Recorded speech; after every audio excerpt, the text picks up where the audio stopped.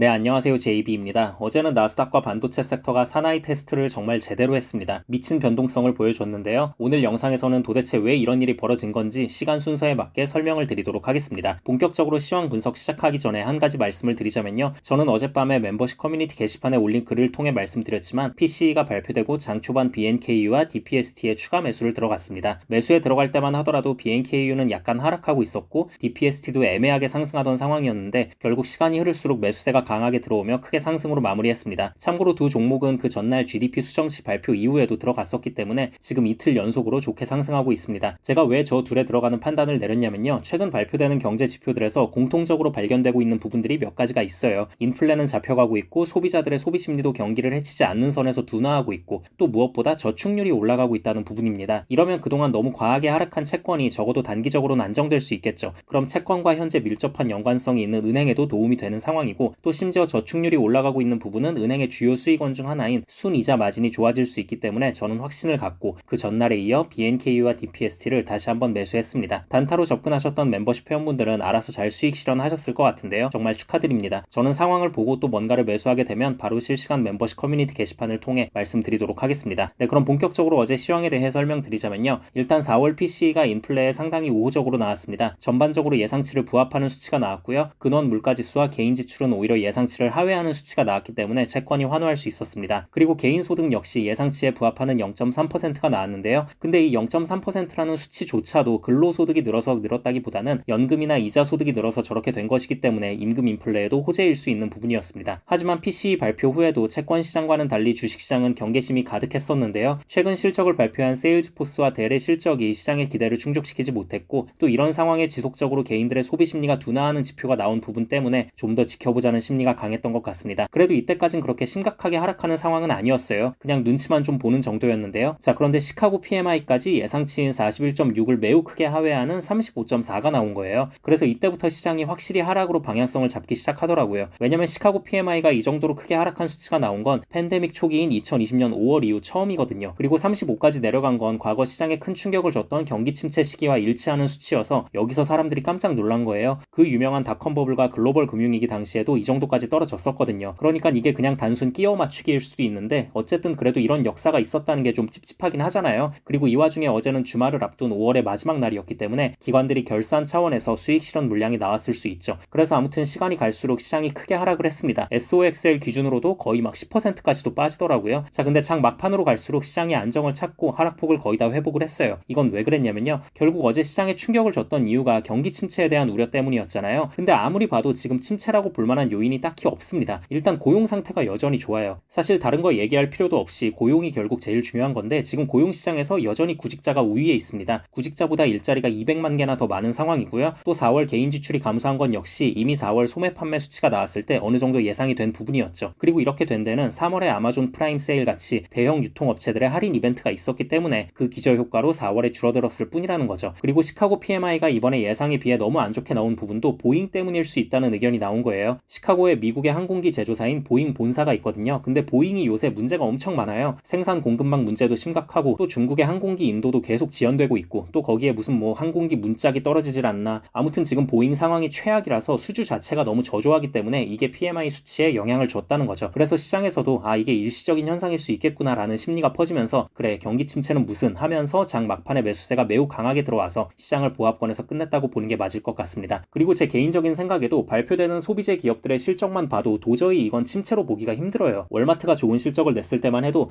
그래 월마트는 저소득층이 많이 찾는 마트고 오히려 사람들의 생활이 힘들어지면 소득이 높았던 사람들도 월마트로 가는 경향이 있으니까 이것만으로 경기가 괜찮다고 판단할 수는 없지라는 의견도 좀 있었거든요. 근데 나름 그래도 중산층 이상이 이용하는 매장인 코스트코도 이번 실적이 되게 잘 나왔거든요. 물론 그동안 좋은 실적을 예상해서 선반영이 이미 많이 들어갔었고 또 멤버십 가격 인상을 보류한다는 소식에 주가는 약간 하락으로 마무리하긴 했지만 어쨌든 실적은 되게 잘 나왔습니다. 거기에 대표적인 의류업체인 갭의 실적이 이번에 엄청 잘 나온 것만 보더라도 미국의 소비가 경기 침체를 걱정할 수준으로 감소한다고 볼 수가 없습니다. 그래서 아무튼 저는 지금은 주식을 팔 때는 아니라고 생각합니다. 뭐 이미 웬만한 주식들은 다 많이 올라 있는 상태이기 때문에 각자의 성향에 따라 추가 매수를 좀 꺼릴 수는 있다고 봐요. 근데 지금 이렇게 간간히 나오는 주식시장의 흔들기에 쫄아서 물량을 다 팔고 튀어버리면 좀 후회하지 않을까라는 생각입니다. 네, 아무튼 이번 주 내내 어지러운 주식시장 지켜보느라 구독자분들 모두 고생 많으셨고요. 또 이번 주에 은행주 단타로 수익 보신 멤버십 회원분들 축하드립니다. 저는 또 뭔가를 매수하기 매수하거나 매도하게 되면 실시간 멤버십 커뮤니티 게시판을 통해 바로 말씀드리도록 할 테니까요. 저의 매수 매도를 참고하고 계신 멤버십 회원분들은 커뮤니티 게시판을 항상 잘 확인해 주시면 좋을 것 같습니다. 그럼 다음 영상에서 뵙겠습니다. 감사합니다.